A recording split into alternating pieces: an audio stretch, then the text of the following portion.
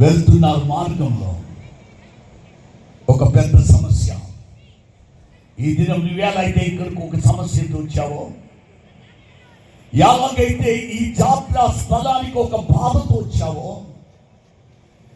ఒక ప్రశ్నతో వచ్చావో, ఒక దిగులుతో నీవు వచ్చావో, వీరు కూడా సమాధి దగ్గరికి ఒక ప్రశ్నతో వెళ్తున్నారు.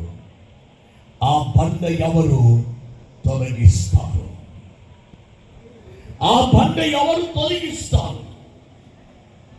ఈ దినం ఈ రాత్రి ఇక్కడ కూర్చున్న నీ జీవితంలో కూడా నీకున్న ఒక సమస్య, ఒక బండ లాంటి సమస్యను ఎవరు తొలగిస్తారు?